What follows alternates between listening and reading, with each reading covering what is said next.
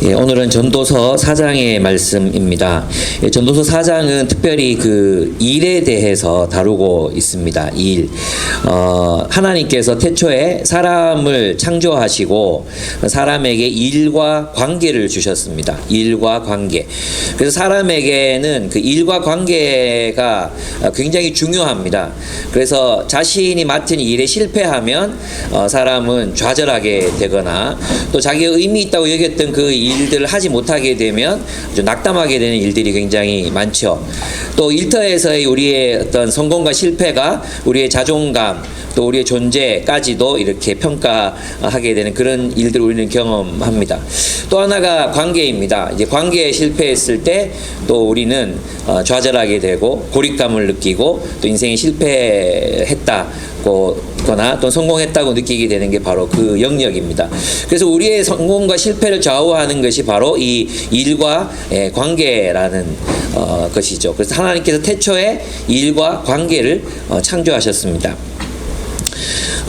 그런데 하나님께서 일을 창조하셨기 때문에 일은 인간에게 축복이었습니다. 아담이 맡겨진 일, 정원을 관리하고 예쁘게 꾸미고 동물들에게 이름을 붙여주는 일. 너는 코가 기니까 코끼리야.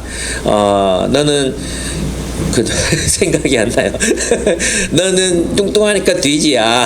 이렇게 이름을 붙여주고 개념을 만들어가고 이런 것은 아담을 굉장히 환희에 차게 만들었을 것입니다. 일은 절대 인간에게 불행이 아니었고 일은 인간에게 축복이었습니다. 저주가 아니었습니다. 그러나 이제 인간이 하나님을 떠나고 나서 모든 것이 타락했는데 그 가운데 가장 심각하게 타격을 받는 게 무엇이겠습니까? 그렇죠. 하나님께서 인간에게 부여하신 일 그리고 관계 이 두 분야에서 우리는 이 사람들은 아주 심각한 타격을 받게 됩니다. 원래 일은 그 하나님께서 인간에게 일하라고 하셨잖아요. 그 일을 주신 이유는 뭐냐 하면 하나님의 창조 사역을 계승하기 위함이었어요.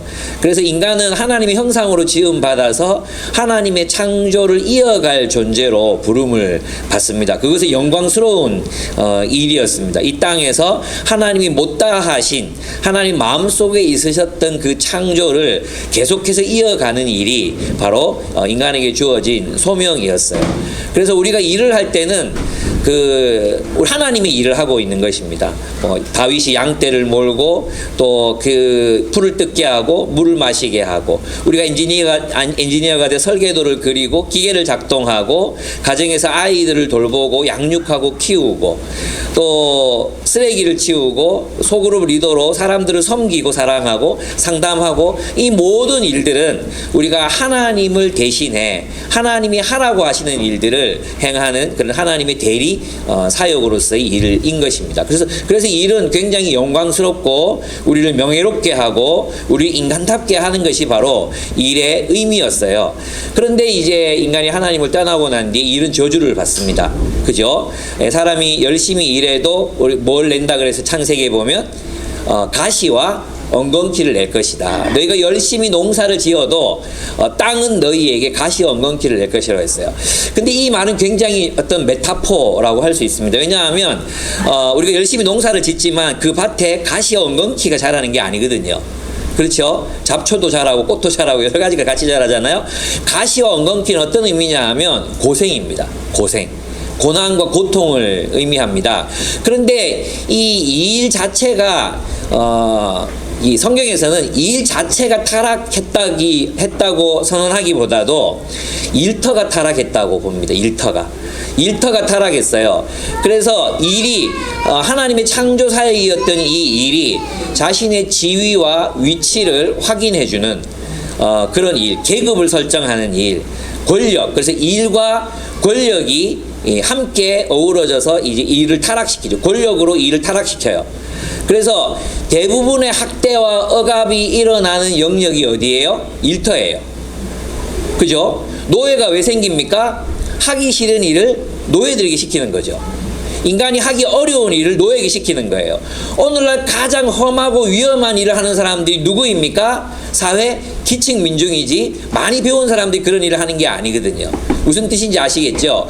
그래서 일터는 인간이 하나님을 떠나고 난 뒤에 가장 먼저 타락한 영역이 관계였고, 아담과 하와와의 관계였고, 두 번째로 타락한 게 뭐였습니까? 일이었다는 것입니다. 일이 타락했기 때문에 가시와 엉겅퀴, 이 일터의 타락, 일이 그만 권력 관계를 규정하는 갑질의 대상이 되고, 거기서 억압과 학대가 있고 계급이 생겨나고 그리고 착취가 있는 이러한 일로 전락해버리고 말았던 것입니다. 그래서 오늘 우리가 이 시대를 살아가는 우리들의 삶에 있어서는 이 일이라는 것은 축복이자 동시에 뭐예요? 저주라는 거죠. 우리가 하는 일을 굉장히 의미 있게 여기고 사람을 살리고 상담하고 또 누군가를 돌보고 굉장히 일 자체에서는 우리가 보람을 느끼면서 살아갑니다. 그렇지 않습니까? 보람을 느낍니다. 근데 일터에서 벌어지는 권력 관계, 꼴보기 싫은 상사가 있고 나를 미워하는 그 사람이 있고 내가 싫은 그 사람이 있고 자기가 할 일을 잘 못해서 또 남에게 피해를 주는 사람이 있고 그 모든 것들 속에서 우리는 굉장히 고통스러운 가시와 엉겅퀴가 도단한 직장 생활을 경험하게 되는 것이죠. 그러면 우리는 이 일을 어떻게 보아야 하는가? 그래서 이제 이 전도서 4장 1절의 내용은 뭐냐? 억압과 학대를 보았다. 근데 위로자가 없다. 이렇게 말하잖아요. 위로자가 없다. 이제 주석가 중에 한 사람은 이렇게 말해요. 위로가 없다고 말하지 않고 위로하는 자가 없다고 말하고 있잖아요. 그죠? 이 자크 엘룰이 그렇게 이해했는데 이 위로자, 컴포터는 어떤 거냐 하면 그냥 단순히 너 정말 고생 많았다. 이 힘든 억압받는 세상에서 너 참 고생한다. 이건 사실 궁극적 위로가 안 돼요. 그죠? 그 상황이 바뀌지 않잖아요. 너 참 힘들었겠다. 공감이 되지만 그 상황이 바뀌지 않아요. 여기서 위로하는 자란 무슨 말이냐 하면 이 상황을 역전시킬 수 있는 자가 없다는 뜻입니다. 위로자가 없다. 즉, 이 권력 관계 속에서 인간이 인간을 이용하고, 인간이 인간을 억압하고, 인간이 인간을 착취하고, 인간이 인간을 지배하는 이 권력 관계를 역전시킬 위로자가 없구나. 그래서 이 지혜자는 그 상황에 대해서 절망합니다. 그리고 차라리 이런 꼴을 보지 않고 일찍 죽은 사람이나 태어나지 않은 존재들이 더 복되다. 그렇게 그는 선언하면서 슬퍼하고 탄식하고 있습니다. 여러분, 확실히 전도서는 메시아 이전의 세계를 우리에게 알려줍니다. 메시아를 만나기 이전의 세계를 알려줍니다. 그런데 예수님께서 오셔서 뭐라고 말씀하셨습니까? 심령이 가난한 자, 그 다음에 산상수에서 뭐라고 말씀하셨죠? 애통하는 자는, 탄식하는 자는 복이 있나니 저희가 위로를 받을 것이며, 애통하는 자는 복이 있나니 저희가 위로를 받을 것이며, 위로자가 오셨기 때문입니다. 메시아가 오셨기 때문입니다. 그래서 우리가 메시아 안에서 일할 때 이 일의 권력 관계는 회복될 수 있다는 것입니다. 그래서 어제 우리 김기현 목사님이 오셔가지고 그런 얘기 하셨어요. 열심히 일하자. 그리고 어떻게든 가족들과 함께 즐거운 시간을 보내자.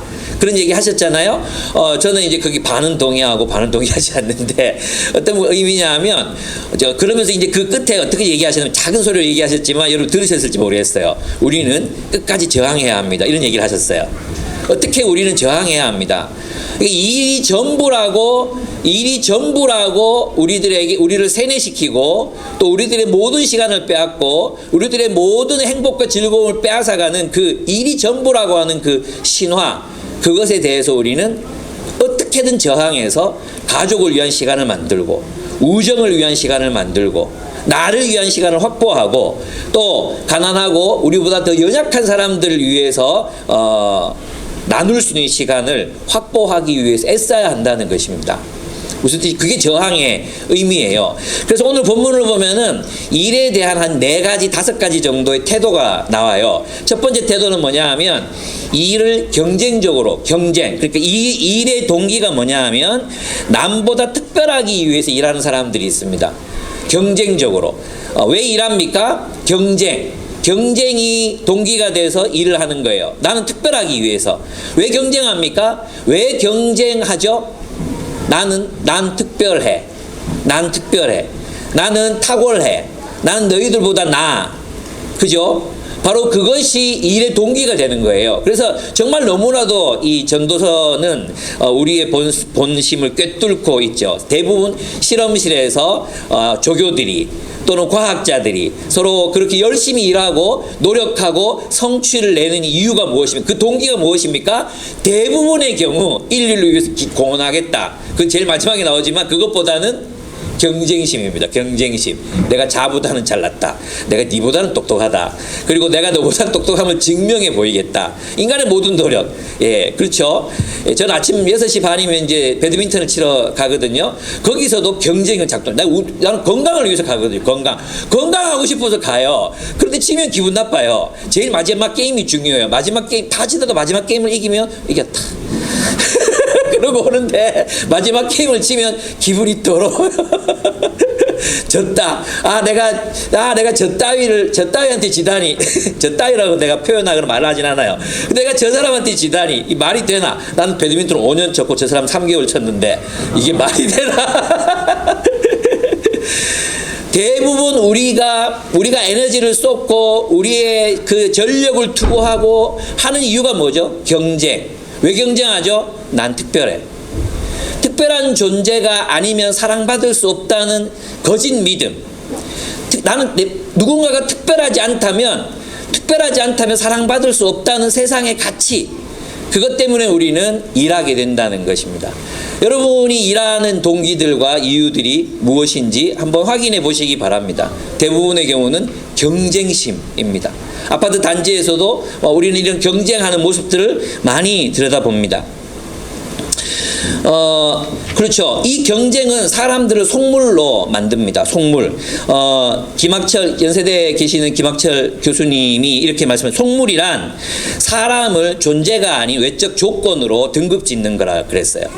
그래서 이게 속물이에요. 어떤 사람이, 제 인간 속물이다. 이렇게 얘기할 때 있잖아요. 그 속물이다. 누가 속물이냐 하면 사람의 존재 그 자체, 인격 그 자체를 사랑하고 존중하는 게 아니라 그 사람이 가지고 있는 어떤 외적 조건과 그 사람을 동일시하는 거예요.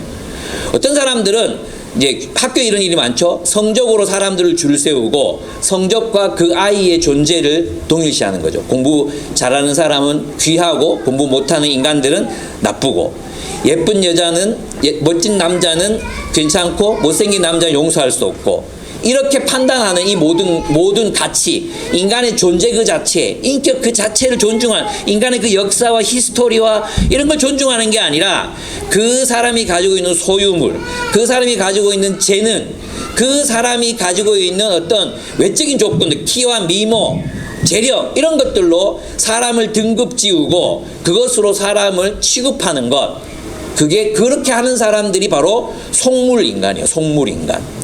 이런 속물 사회에서 인간들은 불안할 수밖에 없어요. 특별해지지 않으면 사랑받을 수 없다. 알랭드 보통이 불안이라는 책에서 그렇게 얘기했어요. 이 속물 사회에서는 인간은 불안을 느낄 수밖에 없어요. 왜냐하면 이 속물 사회는 특별해야지만 사랑받을 수 있거든요. 그래서 사람들은 어떻게든 특별해지려고 그럽니다.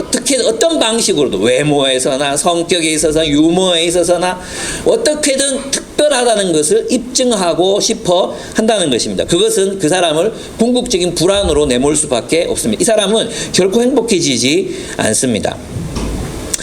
오늘날 이런 속물 근성이 이제 아이들에게 전수돼서 이제 아이들마저도 그런 이야기를 합니다. 그죠? 엘사, LH 사는 거지, 휴머시아 사는 거지, 월세 사는 거지, 전세 사는 거지, 200충, 월급 200만 원 받는 충, 300도 충이에요, 충. 우리 대부분은 벌레예요. 애벌레. 애벌레. 우리는 애벌레예요.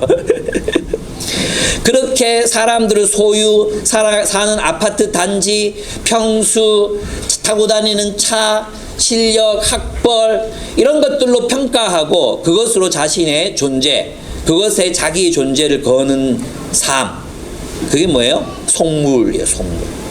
그런 사람들을 속물이라고 부르요. 그런 사람들 있잖아요. 보면 속으로 그렇게 생각하시면 돼요. 속물이 나타났다. 그리고 이제 겉으로 미소 지어지고 슬 피하는 거죠. 대할 필요 없어요. 근데 이런 사람들이 많아요. 그런데 있잖아요. 예수님께서는 우리들에게 어떤 삶을 요구하시는지 아십니까? 저는 있잖아요. 그 맥스 루카도입니까? 맥스 루카도가 넌 특별하단다. 맞죠? 넌 특별하단다. 그 했잖아요. 그 책 제목이 굉장히 저는 보면서 이제 미국적이라고 생각했어요. 미국적이다. 왜냐하면 미국에서는 특별해야 되거든요. 미국에서는 특별한 리더십, 특별한 영향력, 특별한 재능을 굉장히 존중해요. 그죠? 근데 그 제목이 그 기독교인이 쓴 아주 굉장히 좋은 책인데도 불구하고 제목이 주는 문화적인 한계를 저는 느꼈거든요. 넌 그럼 특별해야 돼? 그러면 모든 그리스도인이 다 특별해. 그죠? 우리 모두는 다 특별해요. 그죠? 그럼 아무도 특별하지 않아요. 다 특별하니까. 우리 모두가 다 초능력자야. 모두가 다 하늘을 날아다녀. 그럼 아무도 특별 안 해. 제 말 이해됩니까? 그러니까 넌 특별해 이 말 이 자체는 이제 굉장히 우리를 주눅들게 하고 우리를 불안하게 하는 그런 요소라는 것입니다. 근데 이 헨리 누엔이 그런 얘기를 했어요. 헨리 누엔이 수도원에 가면 정말 거꾸로 얘기했거든요. 그 헨리 누엔의 제네시 일기라는 책을 여러분이 꼭 읽어 보셔야 돼요. 그 책에서 뭐라고 얘기하느냐 하면 그리스도는 우리를 평범함으로 부르신다 그랬어요. 아무도 특별하지 않은 공동체를 하나님은 만들기를 원하신다 그랬어요. 와, 저는 이 말에서 굉장히 충격을 받았어요. 우리는 공동체 안에 들어와서도 누군가 난 특별한 존재, 난 이런 면이 굉장히 특별한 존재예요. 그렇게 드러내고 싶어 하거든요. 그런데 예수님께서는 자기를 비워 종의 형체를 가지사 어떻게 하셨습니까? 우리와 같아지셨습니다. 하나님과 동등됨을 여기시지 아니하고 우리와 동등하게 되셨습니다. 우리와 동등하게 되셨습니다. 그러니까 우리도 어디로 가야 합니까? 우리도 아래로 내려가서 동등하게 되어야 합니다. 주님은 우리를 평범함으로 부르십니다.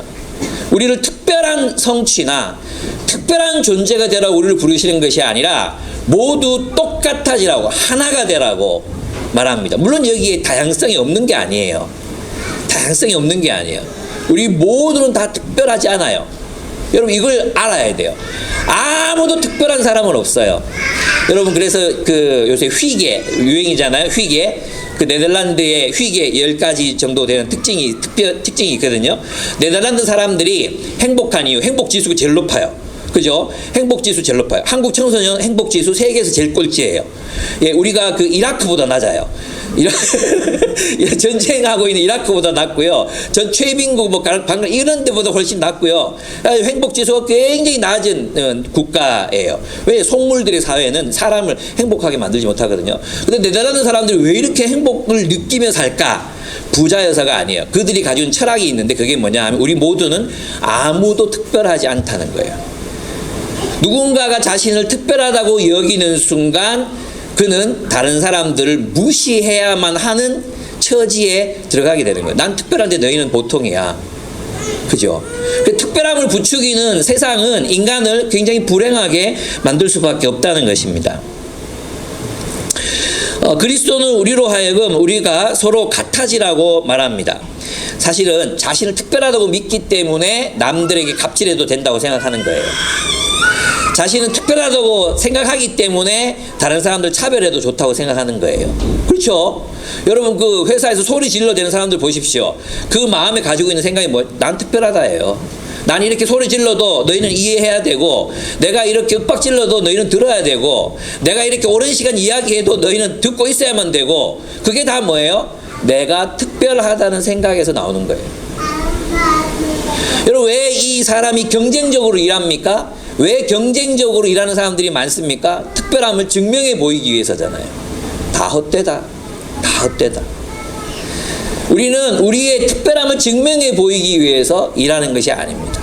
대기업에 들어갔기 때문에 그 존재가 우월한 존재가 되고 특별한 존재가 되고 알바하면서 살기 때문에 무기력하고 쓸모없는 존재가 되고 그것이 아닙니다. 우리는 아무도 특별하지 않습니다. 우리는 다 종입니다. 서로의 종입니다. 한번 가슴에 손을 놓고 이렇게 얘기해 봅시다. 난 특별하지 않다. 너도 특별하지 않고. 그 얼마나 좋습니까? 다 아무도 특별하지 않아요. 목사도 특별하지 않고 여러분도 특별하지 않고 저렇게 예쁜 자매도 특별하지 않고 저렇게 멋진 형제도 특별하지 않아요. 다 똑같아요. 거기서 뭐가 나와요? 행복이 나오는 거죠. 여러분 이걸 이제 누가 보여줬냐 하면 그 도스토옙스키 까라모조프 형제들에 보면 그 조시마 장로가 나오네요. 조시마 장로. 성이 조시예요. 조시마 장로예요. 이 조시마 장로가 자기 형에 대한 이제 죽을 때 유언을 남기면서 자기 형에 대한 이제 이야기를 하거든요. 그러면서 굉장히 감동받은 이야기예요. 이 형님이 원래는 남봉꾼이에요. 그리고 아주 자기 마음대로 그렇게 삶을 살았던 분인데 죽음 앞에서 그가 깨달았어요. 뭘 깨달았냐 하면 자기가 아무것도 아님을 깨달아요. 놀랍게도. 희한하게 자기가 특별한 존재, 특별한 인생을 살았다 이게 아니라 자기가 아무것도 아님을 깨달아요. 자기가 아무것도 아님을 깨달을 때 깨달아지는 게 뭔지 아십니까? 모든 존재, 모든 살아있는 것들, 모든 주어진 것들이 감사로 다가와요. 아니 내가 아무것도 아닌데 왜 내게 이런 온정을 베푸시는 거죠? 내가 아무것도 아닌데 왜 당신이 나를 향해 인사하시는 거죠? 내가 아무것도 아닌데 왜 나를 위해 요리하시는 거죠? 이해가 되십니까? 우리가 자신이 특별하다고 느끼면 있잖아. 자신이 특별하다고 믿으면 모든 사람들이 자기 종이 돼야 돼.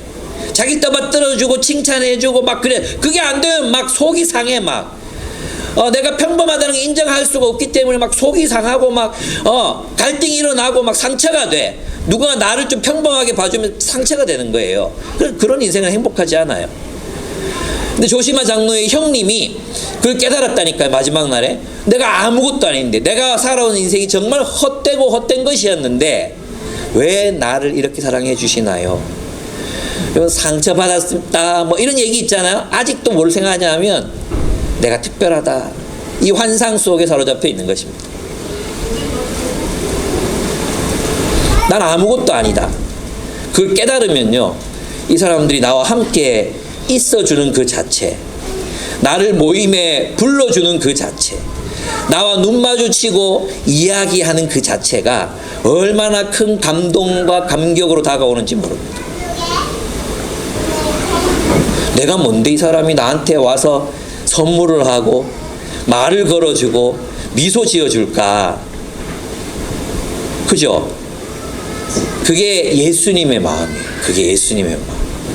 예수님의 마음이 항상 그랬기 때문에 예수의 삶은 항상 감사로 충만했습니다. 우리가 이것을 배워야 돼요. 우리는 아무도 특별하지 않습니다. 특별해지기 위해서 삶을 허비하지 마십시오. 이것이 전도자의 첫 번째 지혜입니다. 두 번째는 뭐냐 하면 일이 아무것도 아니라고 믿는 사람들이에요. 5절에서 6절을 보면 그래 이런 악한 세상 속에서 일이란 결국 어떤 겁니까? 그 소유주 사장 저 악한 사장의 배를 불려주는 것이고 일이란 악한 것이다. 일할 필요 없다. 게으르게 사는 거예요. 게으르게. 근데 이 전도서의 기자가 얘기하는 게 뭐죠? 어리석은 사람은 팔짱을 끼고 앉아서 제 몸만 축낸다 이렇게 돼 있잖아요. 근데 원문에 보면 제 몸을 갉아먹는다 이렇게 돼 있어요. 결국 게으르기 때문에 자기 몸을 갉아먹고 건강을 해치고 결국은 뭐예요? 누군가에게 또 도움을 받아야 되고 이런 상황이 되잖아요. 그리스도인들도 그럴 수 있어요. 세속의 일은 그렇게 중요하지 않아. 우리 생각하고 일하지 않을 수 있어요. 하나는 뭐냐 하면 이제 그 다음에 나오지만 일을 전부라고 여기는 것도 죄고 일이 아무것도 아니라고 여기는 것도 죄예요. 다 악한 거예요. 다. 일이 아무것도 아니야. 그렇지 않아요. 하나님이 우리에게 일을 선물하셨어요. 하나님이 우리에게 일을 통해서 자아를 개발하고 성숙해가고 다른 사람을 돌보고 또 그 번 돈으로 가족들과 또 공동체 지체들과 함께 먹고 마시고 즐기고 나누라고 우리를 일터에 두셨어요. 근데 우리가 일하지 않으면 어떻게 됩니까? 일이 나쁘다. 이 약한 세상에서 일할 필요 없다. 이렇게 되면 어떻게 됩니까? 가족도 또 구차한 인생을 우리가 살아갈 수밖에 없잖아요. 누군가의 도움을 받아야 되는 구차한 삶을 살아갈 수밖에 없잖아요. 그래서 일하지 않는 거 이것도 악한 거라. 이것도 헛되다 이거예요. 세 번째는 뭐냐 하면 일이 전부인 인생이 있어요. 7절에서 8절 보십시오. 나는 세상에서 헛된 것을 또 보았다. 한 남자가 있다. 자식도 형제도 없이 혼자 산다. 그러나 그는 쉬지도 않고 일만 한다. 혼자 살면서 뭐예요? 일만 해요. 뭐가 전부야? 일이 전부야. 여러분 이제 오늘날 현대인들을 보면 일이 전부인 인생들이 정말로 많습니다. 일해야 돼. 일이 전부인 거 일. 일을 전부로 삼고 살아가는 거 어떤 거 그걸 어떻게 말합니까?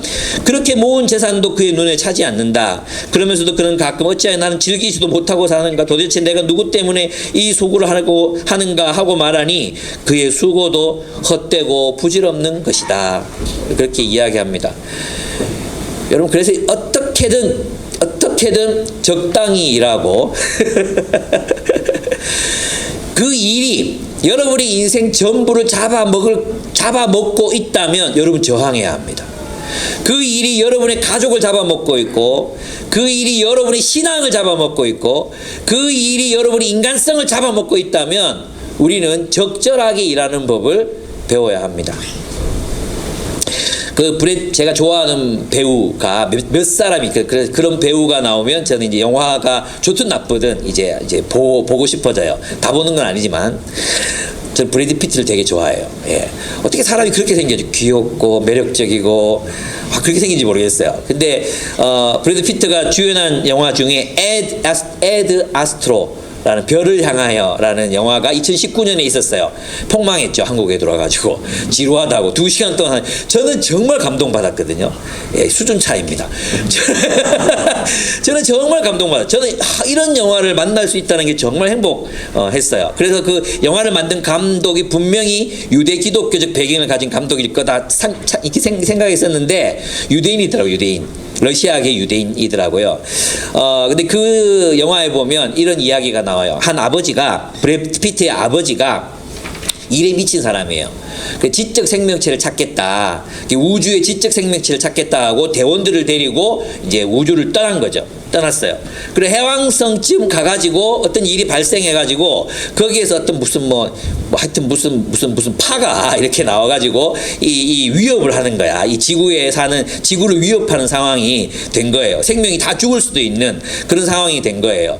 그래서 이제 이 브래드 피트가 우주 비행사인데 파견이 돼요. 가장 유능한 우주 비행사. 그리고 아무리 급박하고 위기의 상황에서도 맥박수가 80을 넘기지 않는 침착한, 냉정한 그런 사람이에요. 어떤 위기의 순간에도 그는 냉정함, 객관성을 잃지 않고 자신의 임무를 수행할 수 있는 사람이라는 평가를 받고, 그래서 이제 계속해서 영화 중간중간에 보면 맥박을 재는 장면이 나와요.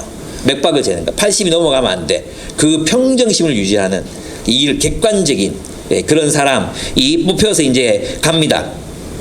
그런데 해왕성 부근에서 이제 이 브래드 피트의 아버지가 해왕성 근처에서 이제 문제를 만난 거예요. 어떤 문제냐면 여러분 안 볼 거기 때문에 제가 자세하게 얘기드리면 그 부하들이 이제 지적 생명체는 없다. 이 우주에는 없다. 이런 결론을 내린 거예요. 이게 돌아다녀 보니까 없는 거예요.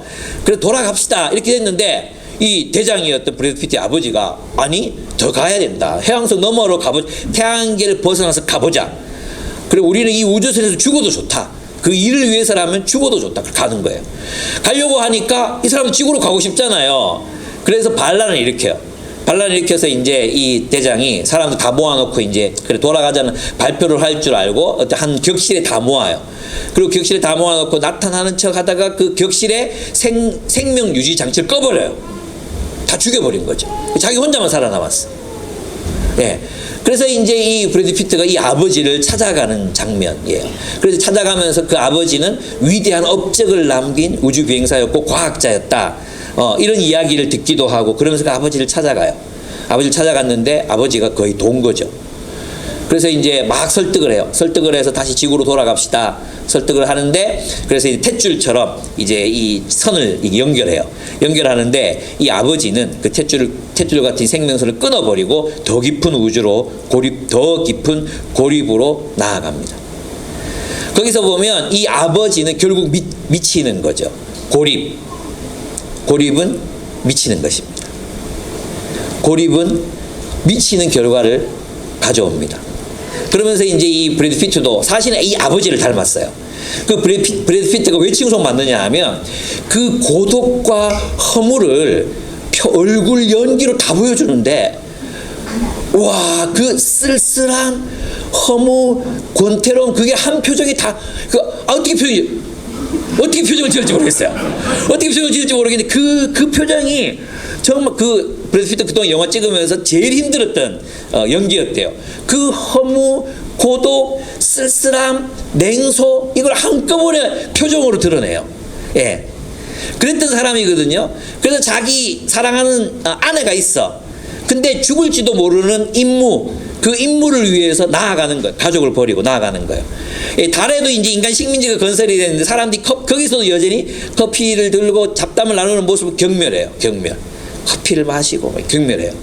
근데 아버지를 딱 잘라 보내고 돌아오면서 그 사람은 깨달아요. 뭐가 중요한지 깨달아요. 일상이 중요하다는 걸 깨달아요.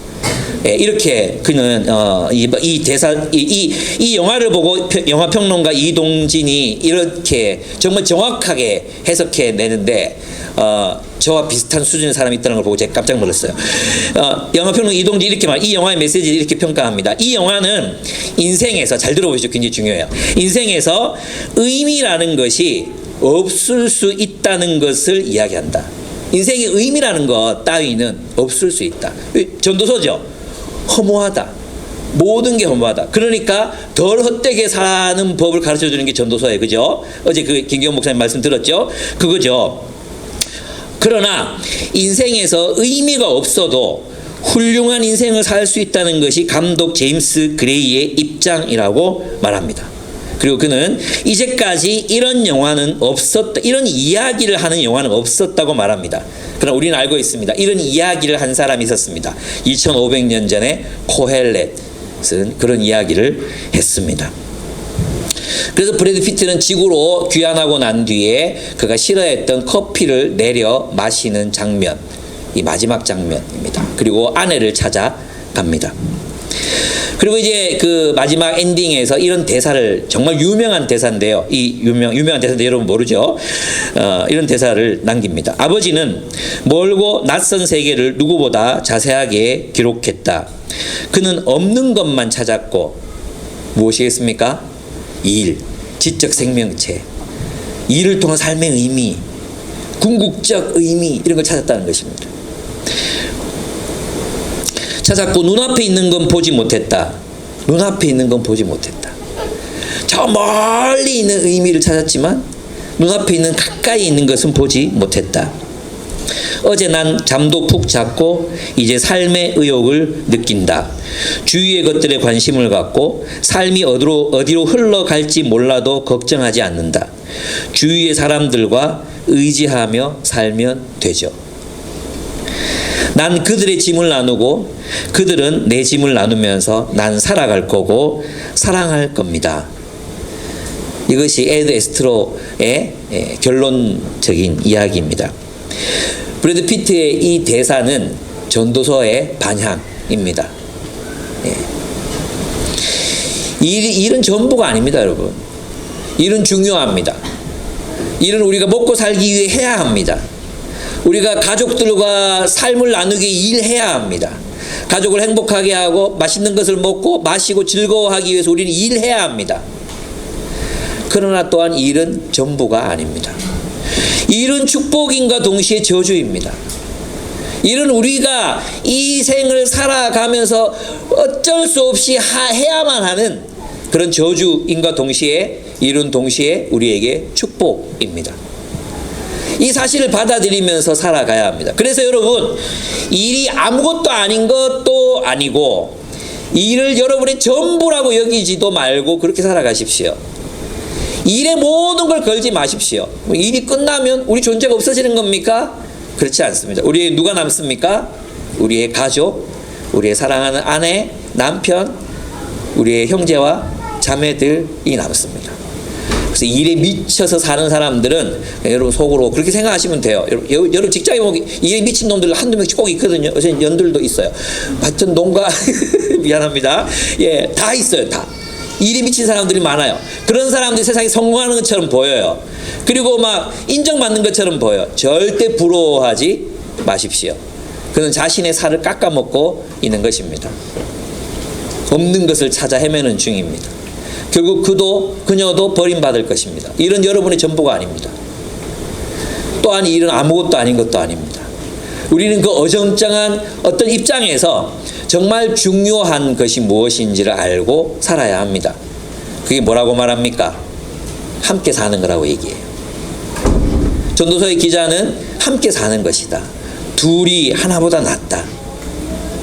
둘이 함께 있으면 어떤 일을 성취할 수 있어. 더 낫게 둘보다 셋이 낫고 셋보다 넷이 낫고 함께 가면 길이 생기잖아요. 그죠? 우리는 함께 어떤 일들을 이루어낼 수 있습니다.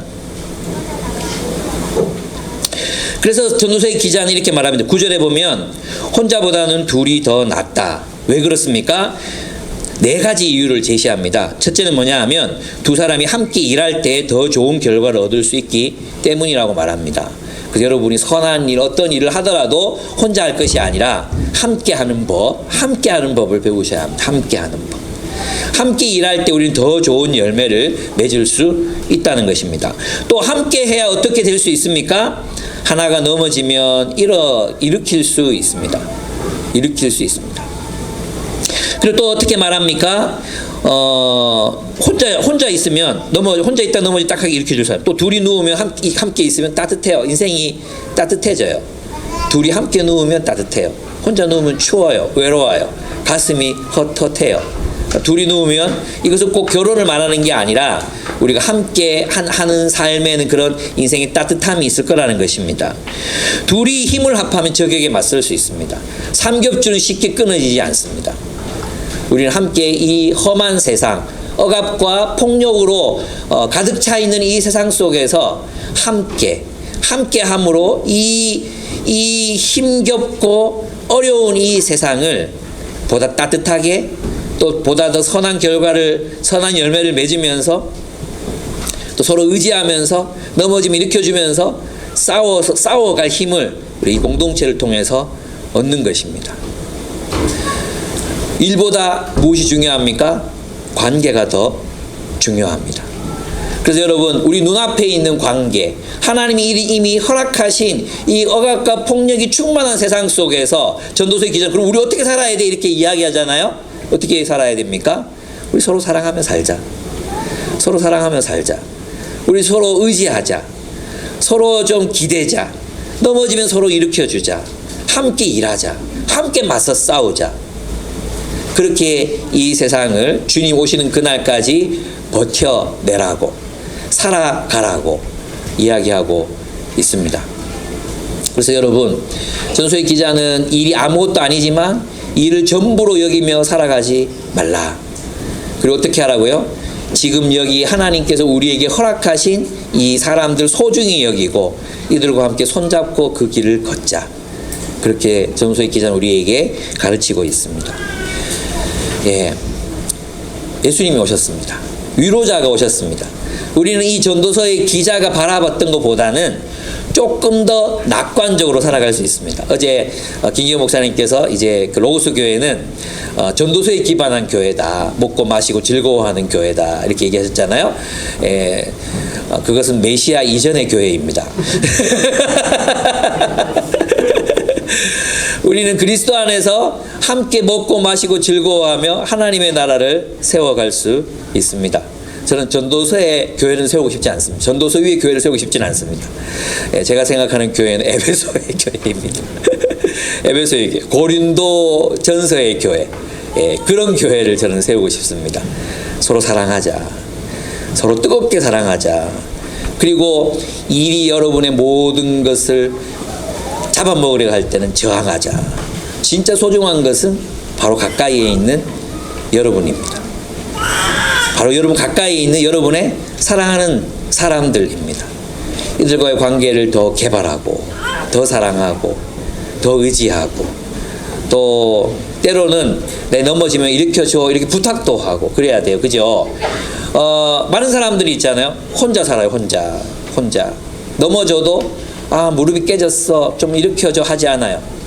누가 손을 내밀면 치죠. 나 혼자 일어날 수 있어. 그리고 우리는 혼자 자죠. 혼자 자요. 또 외롭지 않니? 그래도 괜찮아. 안 추워. 안 춥다니까. 안 추워. 저리가. 건들지 마. 나한테 가까이 오지 마. 마치 우리는 그런 인생이 굉장히 좀 돋보이는 것처럼 생각하지만 전도서의 기자는 완전히 다르게 이야기합니다. 우리는 함께 걷고 함께 싸우고 함께 먹고 마시고 함께 서로를 의지하는 존재로 부름을 받았습니다. 여기에 하나님의 선물이 있습니다. 하나님께서 여러분이 맡기신 일과 관계 속에서 하나님의 축복을 누리시는 여러분의 생애가 되기를 축복합니다. 아멘. 우리 함께 기도하겠습니다. 네.